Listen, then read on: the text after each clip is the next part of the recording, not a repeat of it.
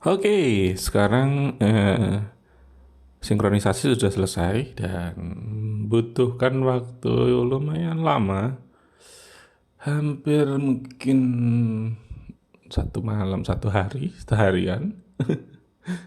Ya kita tahu bahwa kemarin jam di komputer saya menunjukkan hampir jam 1 malam dan sekarang sinkronisasi untuk RAID 5 untuk 4 harddisk 4 tera ini selesai di hampir jam 1 juga, hampir mendekati. Jadi ibaratnya hampir 12 jam.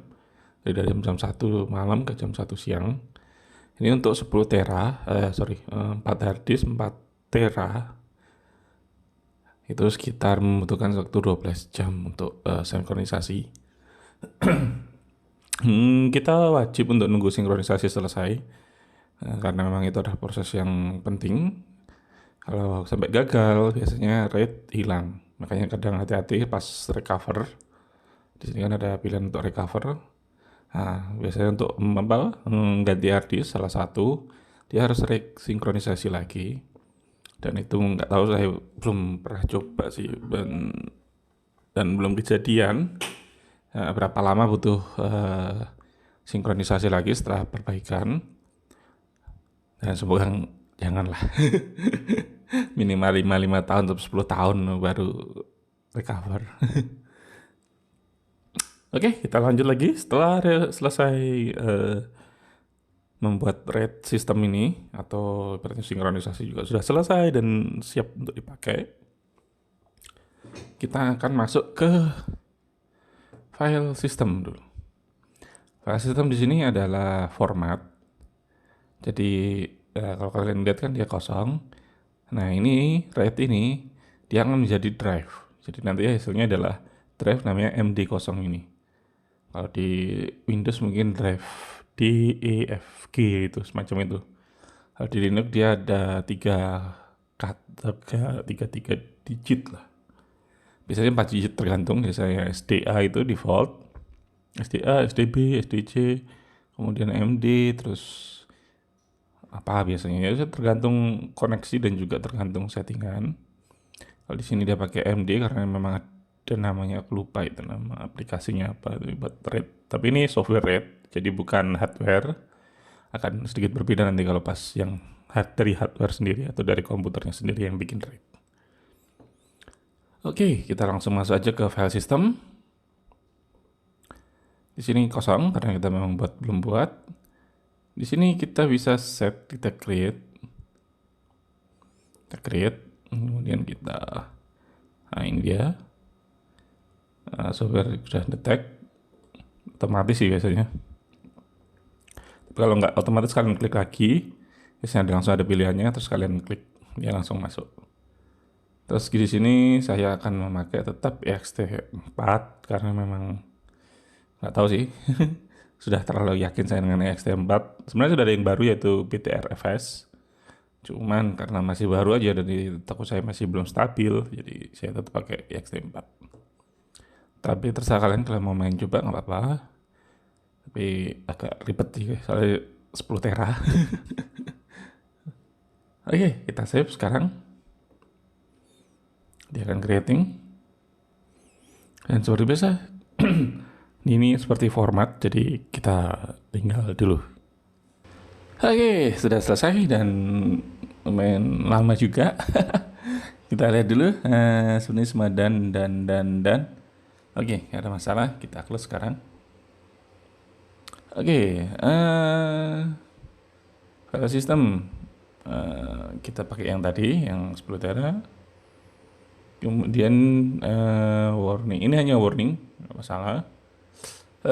Kalian bisa set, saya senangnya sih 95. Oh ya, ini kayaknya yang baru, soalnya ingat saya di versi 5 itu nggak ada. Oh ya, ini versi 6 kayaknya, ini khusus di versi 6. Ingat saya nggak ada dulu yang warning-warning seperti ini. Kemudian ini komen, kita sebarang kalian bisa nggak ngisi, nggak masalah. Saya ingin isi my NAS. Oke, terus saya save. Oke, dia akan ingin aktifkan ini atau mount file system atau partisi ini. Yes saja. Kita tunggu sebentar. Biasanya ada pentung kuning. Nah, ini dia. Kita apply. Yes. Tunggu, biasanya akan ada ini size, user dan sebagainya. Oke, kita tunggu lagi. Oke, sudah selesai. Sekarang kita sudah punya storage dengan available-nya 1 tera, 10 tera, dan use-nya yang biasanya untuk sistem ya 44, dan kemudian mount-nya adalah centang, berarti dia sudah aktif, statusnya juga online. Sini kita bisa cek ada kuota, unknown, resize, dan lain sebagainya. Sudah selesai, dan juga sudah mount. Ini berarti kalau di Windows itu drive sudah diformat dan sudah dikasih drive letter, yaitu ABCD itu.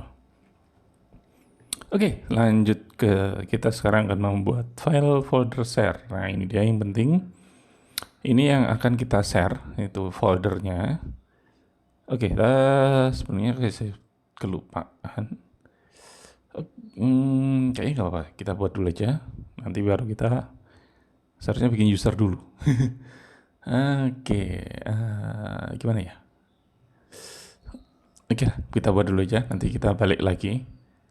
Oke, di sini kita akan membuat. Di sini namanya ada 2. Di sini akan saya buat 2, yaitu Docker dan satunya Minus. Di mana Docker itu nanti dibuat nyimpen dari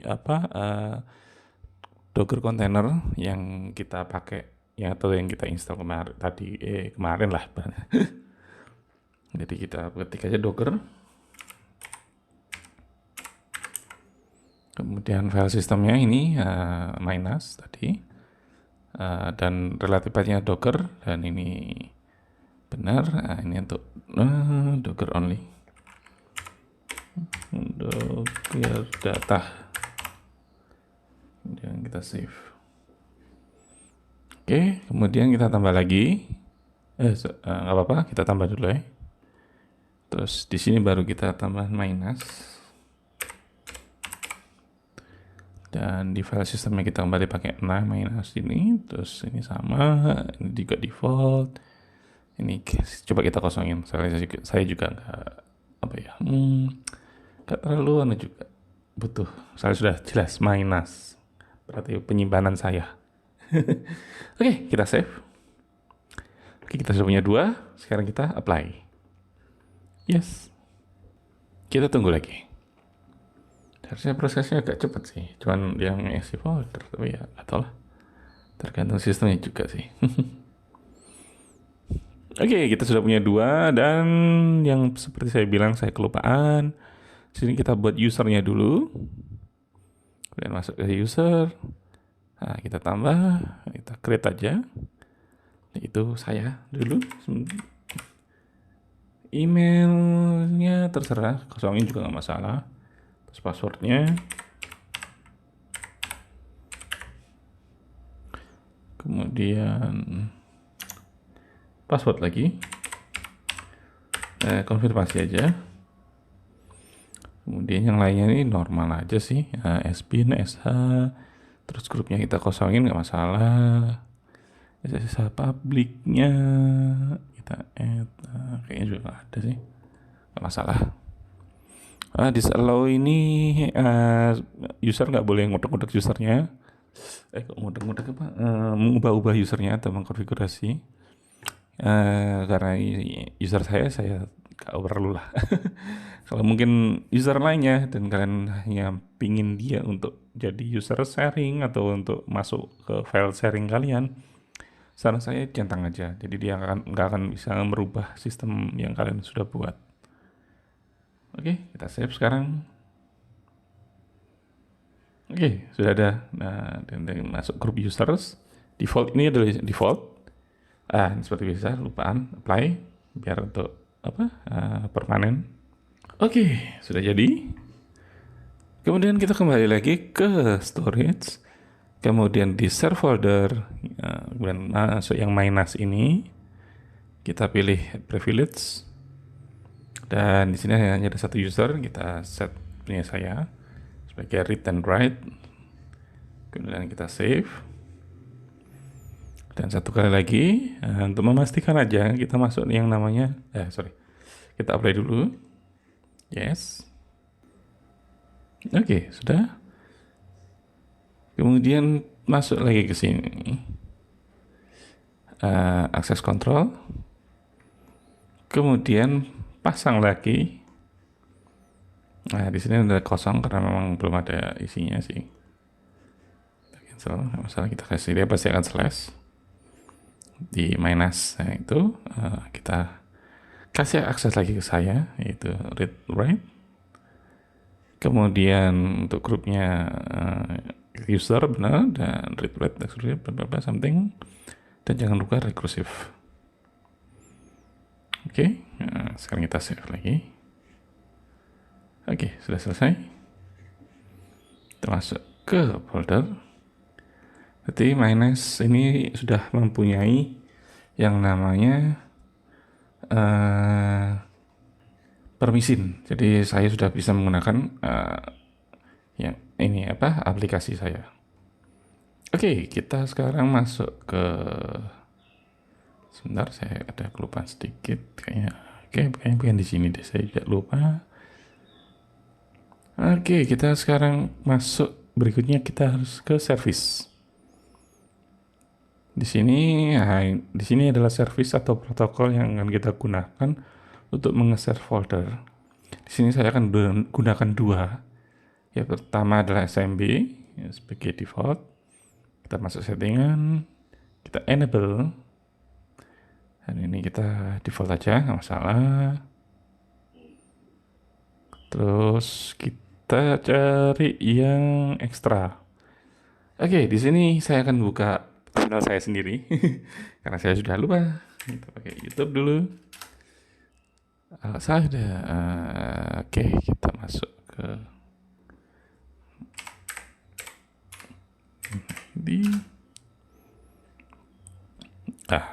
tenang saja. Dan kita cari di video, kita cari yang optimasi. Ini dia. Oke, kita buka dulu. Nggak usah dinyalakan karena saya yang butuhkan adalah script bawah ini. Ya, ini dia. Oke, kita kita copy. Kita masukkan ke settingan advance. Oke, di sini lognya kita kasih non karena memang saya nggak pengen security-nya, bukan security sih, performanya turun, dan memang ya mungkin sebagian butuh, cuman saya kayaknya nggak terlalu butuh untuk yang ini. Terus yang ini adalah oke, ini penting, you send file, terus asynchronasinya 1.0, unsynchronnya ini kita aktifkan juga, terus kita tambahin sama ini extra option. Ini yang benar-benar membantu untuk speednya nantinya. Oke, kita save sekarang. Kita tunggu apply. Oke, kita apply sekarang.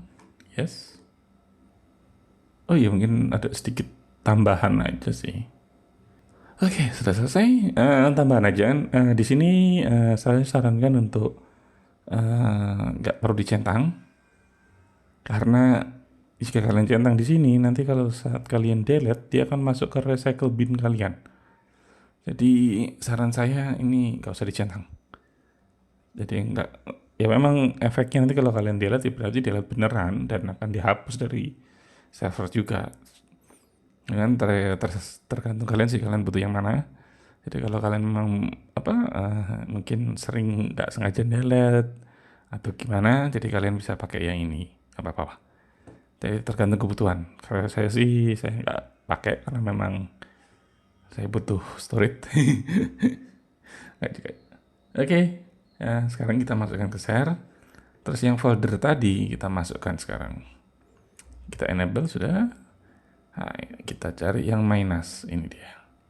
Cari yang docker. Docker ini adalah data dan kita nggak boleh share. Kita cari yang minus saja. publicity-nya none. Nah, ini karena ini saya akan jadikan private atau hidden. Jadi saya browsable-nya saya disable. Terus kemudian restrict nggak perlu, disable time support. Ini dia inherit ACL-nya saya aktifkan, sama inherit permission juga. Ini penting karena jika kalian punya banyak user dan mereka kadang apa ya, jadi nyimpan file banyak gitu. Jadi kalian bisa inherit. Kalau di sini kan kayak sendiri, dan ini memang untuk storage saya sendiri, khusus saya sendiri. Jadi saya aktifkan ini. Tapi kalau kalian nggak maksudnya banyak user, mungkin yang inherit permission ini, ya kalian bisa di sini kan terlihat yang usable with many user to allow this can be sorry, kalau kalian punya user banyak, inherit ini kalian harus centang, sorry. Di sini ya single file flexible to each user, jadi bisa enak tuh untuk nge-share-nya. Dan inherit ACL ini dia akan mengikuti folder dari induknya. Jadi kalau induknya itu usernya saya, dia akan terus ke saya. Nah itu, jadi sorry, yang saya maksud yang ini, inherit ACL. Jadi kalau foldernya siapa gitu, dia nggak peduli, selama dia bisa diakses, dia akan mengakses. Dan berikutnya nih, ya ini adalah punya Windows biasanya, cuman saya juga nggak seberapa senang karena memang beberapa virus dan lainnya juga akan mudah kamuflase. Tapi memang harus hati-hati kalau kalian di Windows dan kalian delete tiga huruf di belakang titik dari sebuah file, kalian akan bingung ini file dibuka pakai apa. Jadi terserah kalian. Kalau saya lebih senang munculkan, jadi saya tahu ini aplikasi apa, file untuk apa gitu. Dan memang saran saya itu aja sih, karena memang malware virus ya memang sih sudah ada yang bisa kamuflase sampai .jpg lainnya, tapi buat jaga-jaga aja. Oke, selebihnya yang lainnya default aja, kosongin. Oke, kita save sekarang. Kita apply lagi. Kita yes. Oke, sudah selesai. Dengan begini SMB sudah bisa dipakai. Kita bisa coba sebentar. Sini karena saya menggunakan settingan yang lama, seharusnya bisa. Kita coba dulu lah. Minus.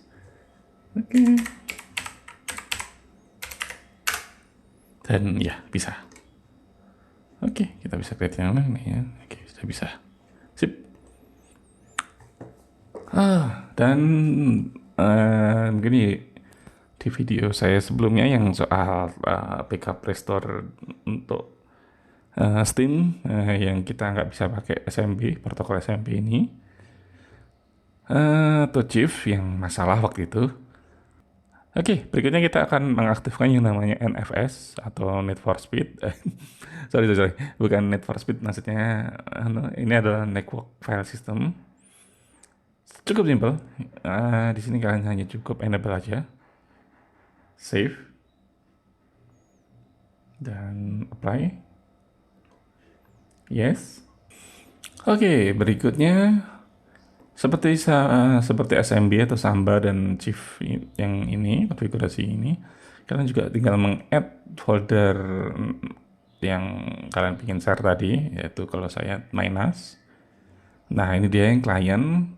Kalian bisa menentukan mau satu klien aja yang bisa mengakses atau yang banyak. Di sini karena saya mungkin satu jaringan, jadi saya akan gunakan yang jaringan aja. Kita cek network, kita cek DHCP. Itu 555, oke. 5535, oke. 55.35.1.0 kita /24. Ini berarti semua jaringan yang ada di 55.35.1.0 sampai 255 bisa mengakses file share ini. Dan kemudian ini privilege-nya kita ganti ke read write. Jadi dia bisa nulis, baca. Ya. Dan ini belum saya cari lagi. Defaultnya sih ini, dan menurut saya sudah cukup lah karena memang untuk jaringan lokal. Oke, kita save sekarang dan kita apply. Yes. Oke, sudah selesai. Ini dia untuk NFS. Yang script sebelumnya kan saya taruhnya di home kalau nggak salah.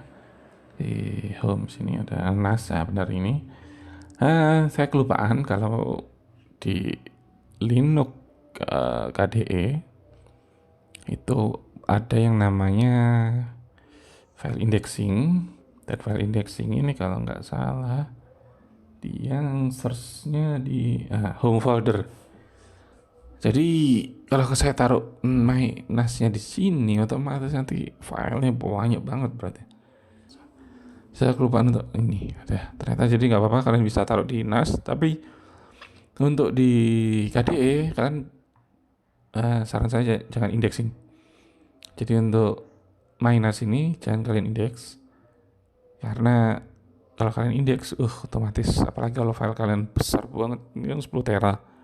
Bayangkan kalau filenya sampai 5 tera aja, berapa besar file indexing yang kalian akan butuhkan atau yang akan di generate. Oke, kita apply aja. Oke, dia sudah 100% ngomong, berarti sudah di indexing. Jadi folder home dan folder home saya ini sudah 100% di index, jadi aman. Sedangkan untuk NAS ini kita coba untuk nggak di indexing.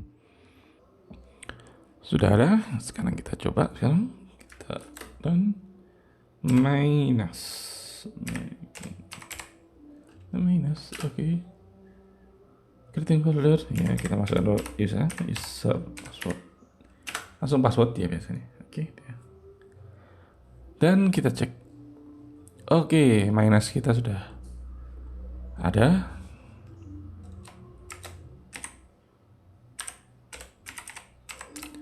Download. Oke. Sudah. Sip. Oke, sekarang kita lanjutkan lagi untuk menginstal beberapa aplikasi, terutama downloader. Di sini saya akan pakai JDownload dan kemudian biasa torrent. Di sini saya akan pakai Deluxe atau Termission. Cuma nanti kita cek dulu aja yang mana yang benar. Dan untuk beberapa aplikasi lainnya ini saya uji coba, cuman ada yang gagal, jadi nggak saya videokan. Oke, kita nggak langsung aja.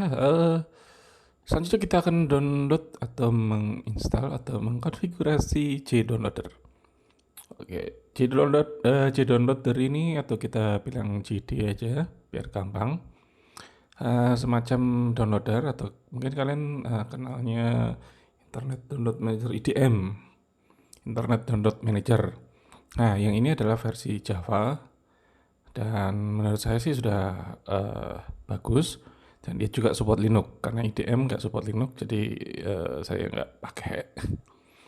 Sekarang kita akan install dia di kontainer. Jadi nanti JD atau JDownload ini akan running di server atau di NAS kita.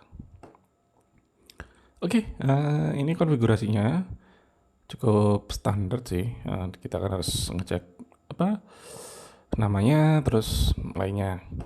Hampir sama saat kita konfigurasi PG admin atau PG admin Postgre. Kita balik lagi nih. Di sini kita add container.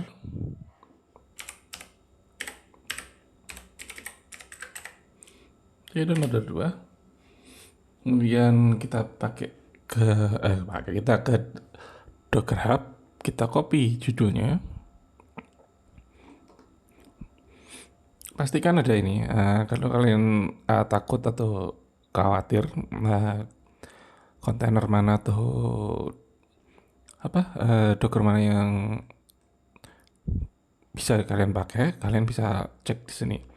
Ini 50M berarti 50 juta pool, berarti ini lumayan terkenal. Jadi insya Allah aman lah. Oke, kita copy sekarang ke sini. Kita paste di sini namanya cilik JDownloader 2. Oke. Pastikan ini full. Kemudian kita set dulu networkingnya. Di sini kita cek dia pakai port berapa. Di sini 58. Oke, sebentar saya karena punya yang dulu. Kita cek 58 sama berarti. Oke. Kita bisa copy paste, nggak masalah sih portnya ini. Kita copy paste, kita model lagi. Kita paste di sini 5800. Terus kemudian kita masuk lagi ke sini. Advance, kita masuk ke volume dulu. Terus kita tambahin mapping 2. Sebentar kita cek dulu. Kita mau butuh mapping 2. Oke, benar. Kita butuh mapping 2. Satunya konfigurasi. /config. Copy. Container kita ketik /copy. Kemudian kita bind. Dan jangan lupa writable. Kemudian kita masuk lagi ke container. Ke ini. Open media vault atau NAS kita. Oke, kita login dulu. Sekarang kita masuk ke storage, terus file system, share folder. Di sini kita akan copy. Ini untuk app. Ini adalah aplikasi. Untuk folder untuk nyimpan data-data aplikasi. Terus kita kasih slash, kita kasih jd2 aja. Atau jdownload 2. Terus kemudian kita cek lagi di sini, dia butuh output. Nah, ini adalah tempat di mana kalian harus menaruh file downloader kalian. Kita masuk ke sini. Masuk lagi sini. Kemudian masuk kontainer, kita paste. Kemudian kita bind. Kali ini kita pakai yang NAS. Kita copy dulu, masuk ke kontainer. Di sini kita paste. Nah, di sini kalian perlu mengarahkan kemana folder downloader kalian mau taruh. Karena di sini saya sudah menyiapkan tempatnya. Kita masuk dulu ke NAS. Saya password dulu. Di sini saya ada downloads. Saya mau taruhnya di sini. Oke, kita copy ini 02 ini minus copy 2 downloads. Kita copy. Jangan lupa centang. Nah, di minus kita paste di sini. Oke. Jadi nanti JDownload bakal naruh hasil downloadannya di sini. Dan memang ini tempatnya saya sudah siapkan. Apapun downloadernya nanti dia taruh di sini filenya. Oke, selanjutnya kita ke environment. Oke, di environment ini kita masukkan lagi. Aku lupa 2 atau 1 ya, kita boleh 2 aja. Kita balik ke sini. Di environment dia di sini nggak dijelaskan, tapi kita butuh yaitu untuk user. Jadi nanti karena di Linux itu file itu punya owner. Jadi file ini dibuat dari siapa, ownernya siapa. Jadi nanti kan harus ngedit kan ada permissionnya. Jadi harus kita setting dulu. Minum dulu guys. Oh ya, karena ini dia mengecek namanya UID. Jadi dia nggak pakai huruf atau kalimat. Jadi harus ada angka. Kita masuk dulu.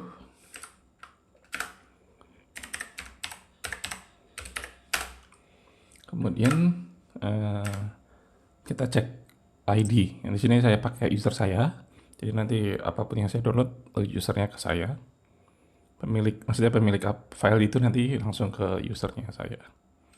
Kita enter aja. Oke, di sini ID saya 1000, terus kemudian GID saya user itu 100. Nah, kita pakai dua ini, GID sama UID. Oke, kita set dulu volume environment-nya dengan ID, copy. Terus kita masukkan di sini, kita paste, kita copy lagi grup ID-nya, copy, kita masukkan lagi sini, paste. Sekarang baru kita masukkan punya kita, user kita. Di sini ada 1000. Biasanya ini adalah user yang pertama kali kalian buat di OMV atau Open Media Vault, dia pasti kok ID-nya 1000. Tapi kadang 1001, 1002, 1003, tergantung. Jadi kalian pastikan dulu aja UID-nya berapa. Kita paste dulu di sini. Dan di sini kita ketik aja 100. Benar ya? Kita pastiin lagi. Saya kalau sampai salah ya biasanya error pas kita download. Selanjutnya kita deploy kontainer dan kita tunggu. Oke, sudah selesai. Kali ini statusnya adalah running. Sekarang kita akan coba di sini download. Dan dia langsung muncul. Ini adalah download dan dia runningnya di web. Jadi kalian nggak perlu khawatir. Oh ya, pastikan kalian cek ini dulu untuk memastikan kalau dia latest version. Oke, download sudah ada. Ini dia tergantung ini koneksi encryption. Nah, kita pakai HTTP, jadi ya masalah sih kita lokal. Oke, mungkin kalau kalian perlu tambahan atau detail lainnya, kalian bisa cek di GitHub-nya. Sini lumayan lengkap sih. Ya kalau kalian perlu ngecek VNC password untuk terus secure connection yang tadi saya bilang tadi, kalian bisa setting di sini. Oke, nah jadi kalian bisa percobaan lah. Oke, berikutnya kita akan coba download untuk torrent. Oke, selanjutnya kita akan menginstal yang namanya torrent client tepatnya. Dan kali ini kita akan menggunakan Transmission. Ini adalah torrent client yang simple dan kemungkinan sih hemat resource. Jadi kita pakai ini. Karena kita akan nyoba resource-nya kan untuk yang lain lebih berguna mungkin. Oke, kita akan pakai yang mungkin ini aja udah cukup sih, tapi path-to-path config. Oke. Tapi kita akan pakai cara caranya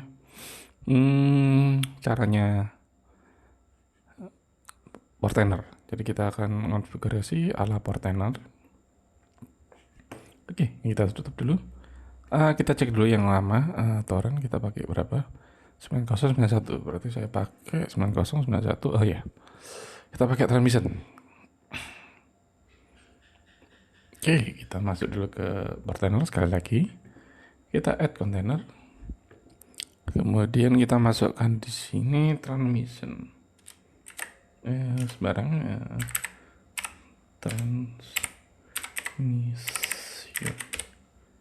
Transmission. Oke, terus kita cek.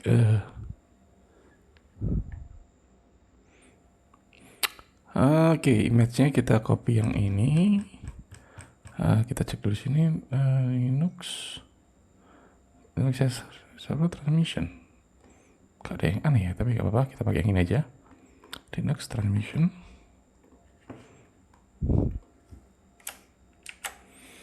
Oke. Kemudian tadi kita port dulu.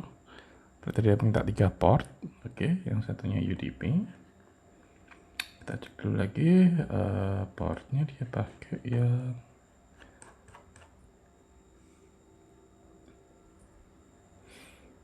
Oke, dia punya port config. Config ini dia 91. Kita pakai aja. Karena nggak ada yang pakai sih setauku, jadi kita pakai aja portnya. Kita pakai aja portnya 91 juga sama. Kemudian yang satunya ada 51.413. Kita pakai juga port ini. Oke, selanjutnya juga sama. Kalau nggak salah sama sih yang UDP. Yang UDP, UDP juga sama. Kita samain aja. Oke, portnya sudah. Sekarang kita ke volume. Kita cek dia butuh berapa volumenya. Ada 1, 2, 3. Oke, ada watch itu saya taruh di sini temporary. Watch itu kalau kalian taruh yang .torrent di folder tersebut, dia nanti bakal otomatis detect dan langsung nyari. Tenang sih, kalian bisa kalian pakai, bisa enggak. Kalau saya sih saya pakai sih, enak aja sih, tinggal download atau tinggal taruh lah ibaratnya. Jadi kita butuh 3. Yang pertama itu adalah .config, kemudian yang kedua ini adalah download, untuk download. Bentar, paste, lihat lagi. Dan yang terakhir itu untuk watch atau mengamati. Oke, kita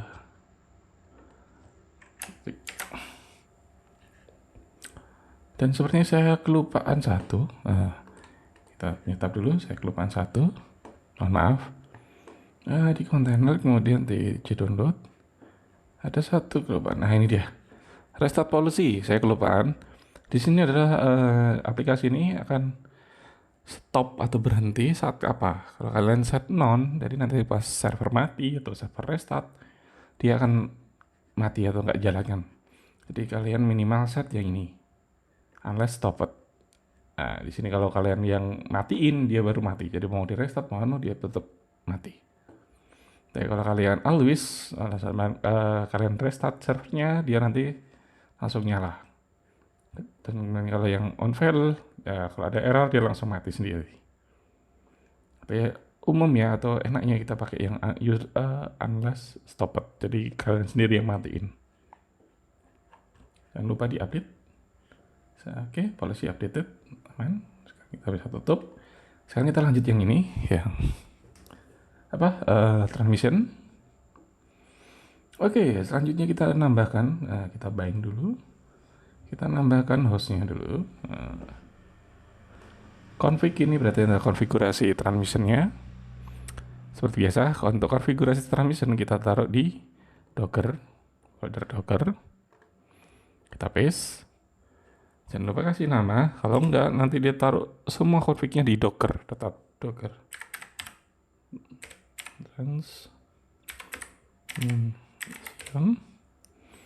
Kemudian ini kalau kalian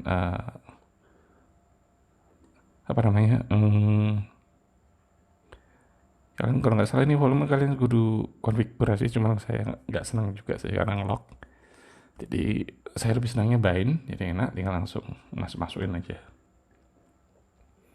Oke, untuk download seperti biasa kita copy lagi yang ini namanya NAS. Kemudian taruh di sini, kita paste. Terus kita set yang tadi nomor 2. Nah, ini dia. Tapi kita ambil yang ini dulu.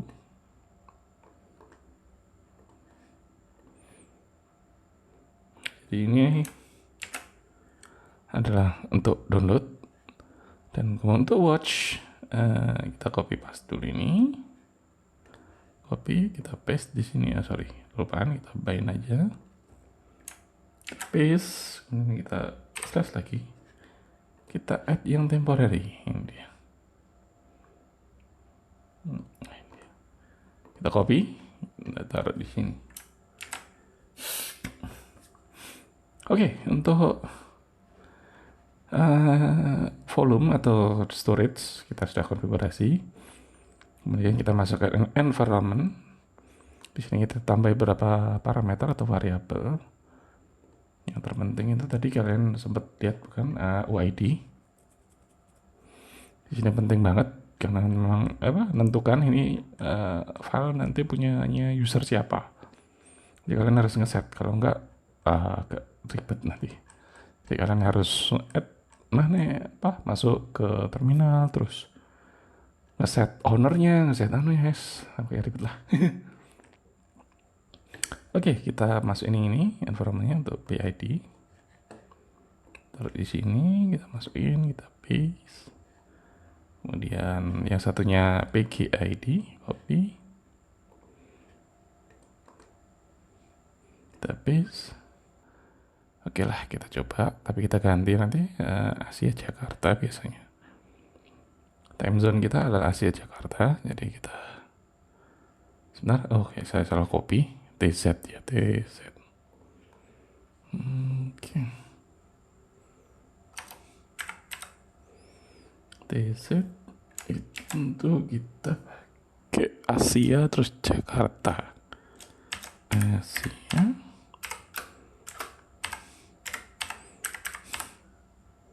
Astaga, sorry. Asia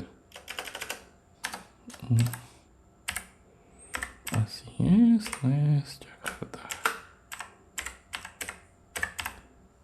Oke, ini adalah time zone kita. PUID sama 1000. QUID 100. Sesuai dengan ini yang kita punya, QID sama UID. Di set 100 untuk user dan 1000 untuk user kalian sendiri. Oke, kemudian jangan lupa restart policy. Kita set on unless stopped seperti biasa. Dan sekarang kita deploy. Selanjutnya kita tunggu. Oke, sesuai perkiraan agak cepat sih. Mari kita cek dulu di lognya. Oke, aman. Oke, kita masuk kontainer. Sekarang kita coba. Saya sudah nyimpan. Kita cek. Nah, ini dia. Langsung masuk. Dan kalian bisa cek di sini. Kita browse bisa. Dia langsung. Ini file lokal. Jadi kalau kalian masukin lewat browser ini, dia masuk ke file kalian. Jadi kalau kalian mau ngecek di NAS kalian bisa pakai yang dari sini.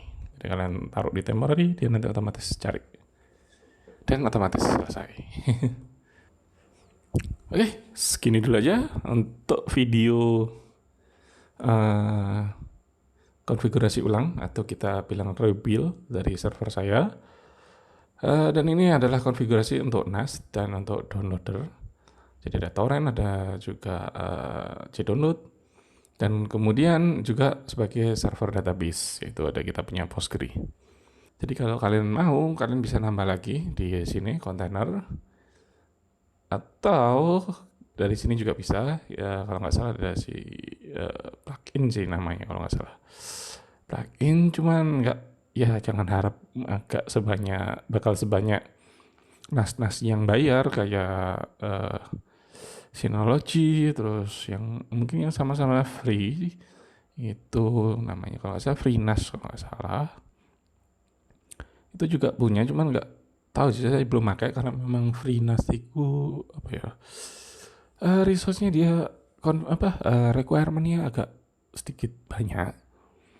Dan dia memang mungkin sementara ini free open source untuk software NAS yang support ZFS. Jadi kalau kalian lihat di sini kan ada, saya contohkan di ini Proxmox this.